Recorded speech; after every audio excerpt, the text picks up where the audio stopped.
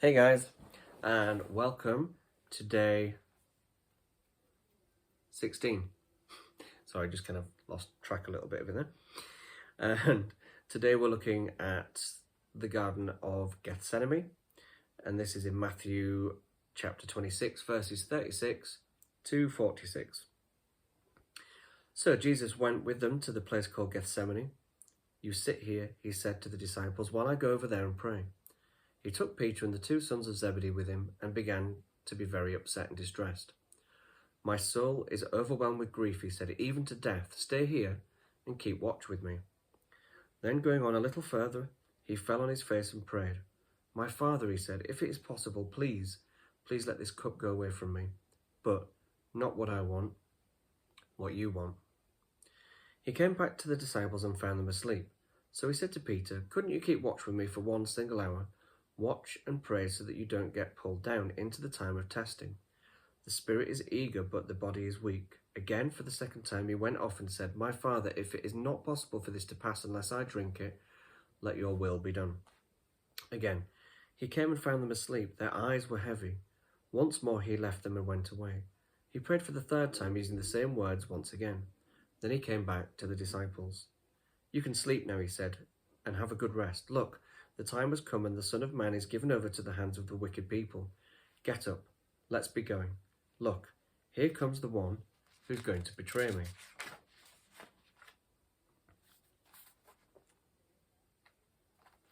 There was once a small girl who had never seen her father anything but cheerful. As long as she could remember it, he seemed to have been smiling at her. He had smiled when she was born, the daughter he had longed for. He had smiled as he held her in his arms and helped her to learn to eat and drink. He had laughed as he played with her, encouraged her with games and toys as she learned to walk, chatted brightly as he took her to school. If she hurt herself, his smile and gentle kiss helped her relax and get over it. If she was in difficulties or trouble, the shadow that would cross his face was like a small cloud which hardly succeeded in hiding the sun. Soon the smile would come out again. The eager interest in some new project, something to distract, to move on to new worlds. And then one day it happened. To begin with, she wasn't told why. He came back home from a visit, and with a look she'd never seen before, went straight to his room. Ever afterwards she would remember the sounds, and then heard the sound she never thought to hear. The sound of a healthy, strapping 30-year-old man weeping for a dead sister. It was, of course, a necessary part of growing up. In most families, grief would have struck sooner. Looking back, she remained grateful for the years when smiles and laughter were all she could remember. But the shock of his sudden vulnerability, far more than the fact that the death of her aunt and all that it meant, were what made the deepest impression. I think Gethsemane was the equivalent moment for the disciples. Oh, Jesus had been sad at various times. He'd been frustrated for them for not understanding what he was talking about. He'd been cross with the people who were attacking him, misunderstanding him, accusing him of all sorts of ridiculous things. There had even been tension with his own family. But basically, he'd always been the strong one, always ready with another story, another sharp one-liner to turn the tables on some probing questioner, another soaring vision of God and the kingdom. It was always they who had the problems, he who had the answers. Jesus was like a man in a waking nightmare. He could see, as though it was before his very eyes, the cup, not the cup he had spoken of and given them to drink, but an intense and exciting atmosphere of the Last Supper an hour or so before. This was the cup he had mentioned to James and John, the cup the prophets had spoken of, the cup of God's wrath. He didn't want to drink it. He badly didn't want to. Jesus at this point was a no-hero figure, marching boldly towards his oncoming fate. He was no Socrates drinking the poison and telling his friends to stop crying because he was going to a much better life. He was a man, as we might say, in meltdown mode. He had looked into the darkness and seen the grinning faces of all the demons in the world looking back at him, and he begged and begged his Father not to bring him to the point of going through with it. He prayed the prayer he had taught them to pray. Don't let us be brought into the time of testing, the time of deepest trial. And the answer was a refusal.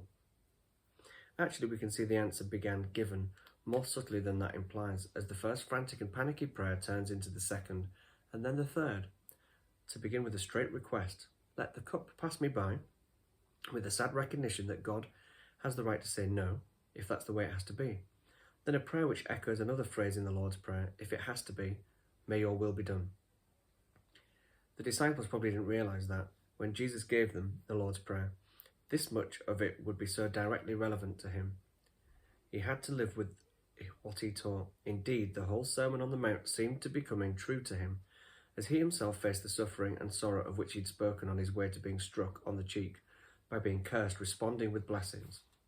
Here, for the second time in the Gospel narrative, the first time being the temptation story, we see Jesus fighting in private the spiritual battle he needed to win if he was then to stand in public and speak and live and die for God's kingdom. The shocking lesson for the disciples can, of course, be turned to excellent use if we learn in our own prayer to wait with them, to keep awake and watch with Jesus. At any given moment, someone we know is facing darkness and horror, illness, death, bereavement, torture, catastrophe, loss. They ask us, perhaps silently, to stay with them, to watch and pray alongside them. Distance is no object. In any one day we may be called to kneel in Gethsemane beside someone dying in a hospital. In Nairobi, someone being tortured for their faith in Myanmar. Someone who has lost a job in New York. Someone else waiting anxiously for a doctor's report in Edinburgh. Once we ourselves get over the shock of realising that all our friends, neighbours and family, and even the people we have come to rely on, are themselves vulnerable and need our support. If even Jesus longed for his friends' support, how much more should we? We should be prepared to give it to the fullest, to our ability. And when we ourselves find the ground giving way beneath our feet, as sooner or later we shall, Gethsemane is where we go. That is where we find that the Lord of the world, the one whom is now committed in all authority, has been there before us. So reflection. Consider the significance of Jesus' prayer in relation to the Lord's Prayer. How does Jesus' personal experience in Gethsemane align with the prayer he taught his disciples? In what ways can you apply the principles of the Lord's Prayer in your own life, particularly during the times of darkness and trials? Well, I think on the latter part there, I think the important thing is always to think about when you are going through difficult times, it is for us to want to put is for us to put our trust in God, that he knows best for our lives and the direction that it leads. And though we can pray for things that we want to be relieved from, or that we don't want to happen, or whatever it might be, that ultimately we've got to put our trust in him and say that even if this is going to be difficult, your will be done.